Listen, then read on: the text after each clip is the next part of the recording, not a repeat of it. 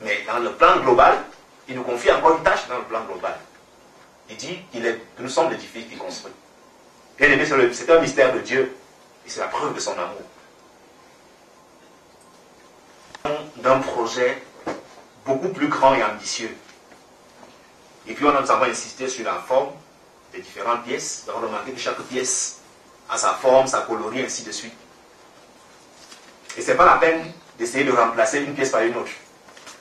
Ce n'est pas la peine que nous voyons un bien-aimé faire quelque chose et que nous voulions recopier ce que ce bien-aimé a fait. Nous devons prendre l'information à Dieu pour savoir qu'est-ce que nous avons à faire, nous. Parce que nous sommes uniques. Pour que la pièce de notre pose soit utile, nous devons reproduire exactement la forme et la couleur de la pièce. Donc nous pouvons reprendre l'exemple de Noé. Lorsque Dieu lui a demandé de construire l'arche, c'était avec des instructions très très précises et très claires.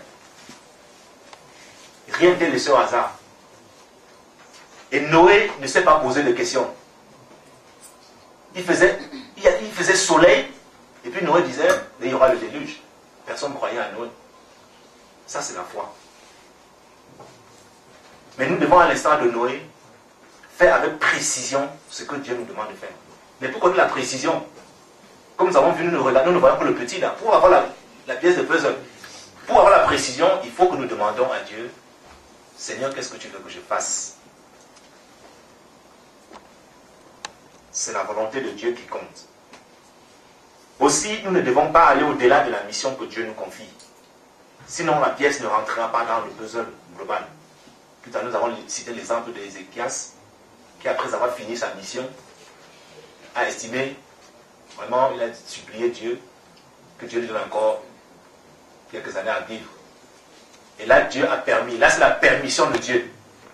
Dieu permet. Et bien aimé, nous connaissons le gaffe que le successeur d'Ézéchias, qu'il a fait exactement pendant cette période de 15 ans-là, les gaffes qu'il a commis. Achever la construction de la pièce que Dieu nous a confiée, nous devons accepter d'arrêter et de quitter la scène. C'est pour cela qu'en réalité, la mort d'un chrétien ne doit pas être vécue comme dans le monde. Ou comme disait Maman Mado dans son témoignage hier, les gens travaillent pour les morts. Ça s'appelle les chrétiens. Lorsqu'on a fini notre travail, nous disons, serviteur inutile, nous quittons la scène. Et de le comprendre. Ce n'est que Dieu qui peut nous donner de le comprendre. Mais surtout de l'accepter ainsi. Parce que beaucoup de choses vont découler dans notre vie, parce que nous avons peur.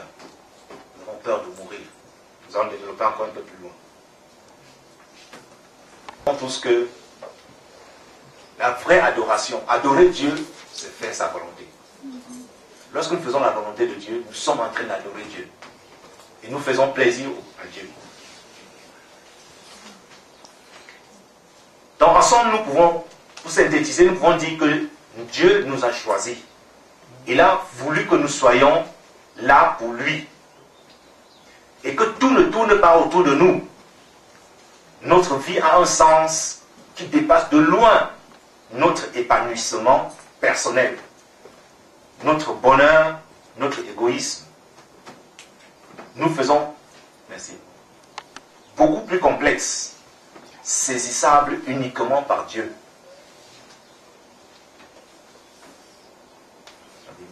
C'est de faire la volonté de Dieu. Pas autre chose. Pas notre volonté.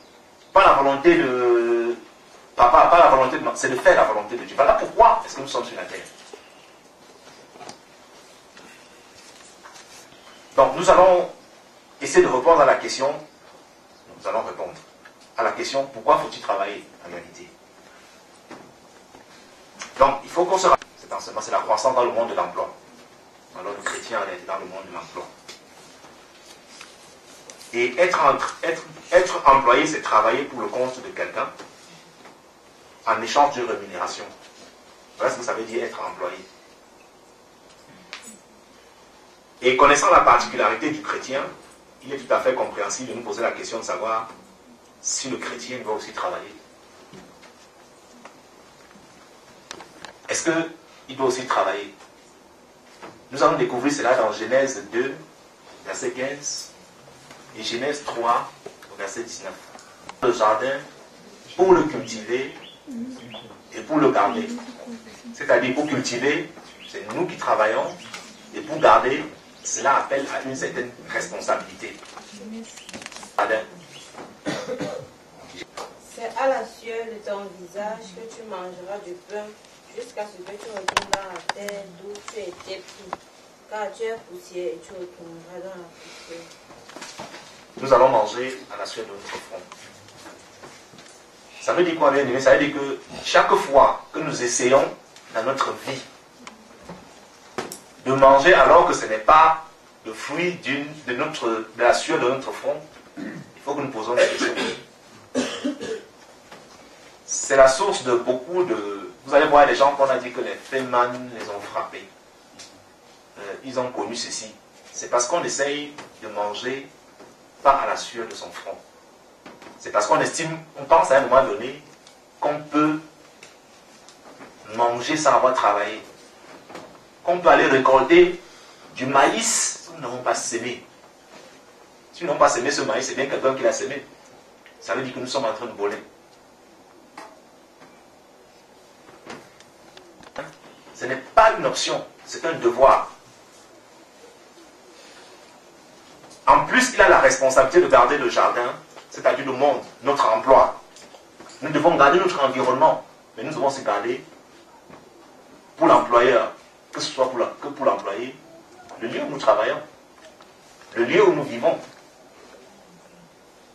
Comme dit tout à l'heure, c'est même plus, c'est une obligation.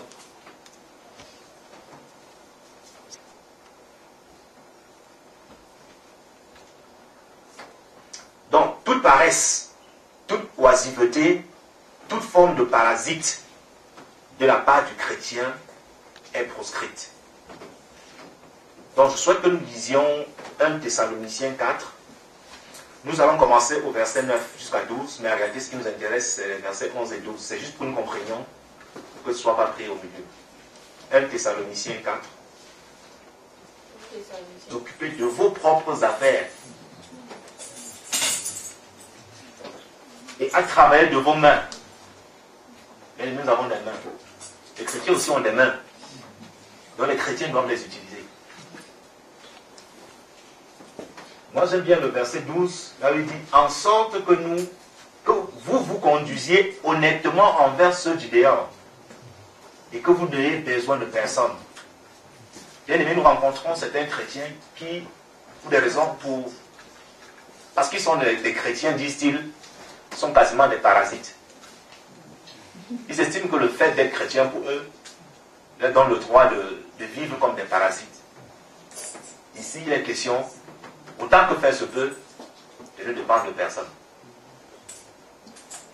Soit nous travaillons pour nous-mêmes, là nous sommes employeurs, soit employés des autres, soit employés de nous-mêmes, ou alors nous travaillons pour quelqu'un d'autre, c'est-à-dire nous sommes employeurs. Nous travaillons pour quelqu'un, employé, merci. Donc nous travaillons pour quelqu'un et en contrepartie, nous avons une rémunération qui nous permet de vivre. Donc, nous allons nous rendre compte que dans le monde, il y a des conceptions de l'emploi, c'est-à-dire du côté de l'employeur et du côté de l'employé. Du point de vue de l'employeur, qu'est-ce qu'on rencontre souvent? La réalité, c'est que l'employeur crée son affaire pour gagner de l'argent. Voilà le résumé, en réalité, d'une entreprise. C'est ce que nous apprenons à l'école. On crée une entreprise pour gagner de l'argent. On crée une entreprise parce qu'on a vu des opportunités d'argent.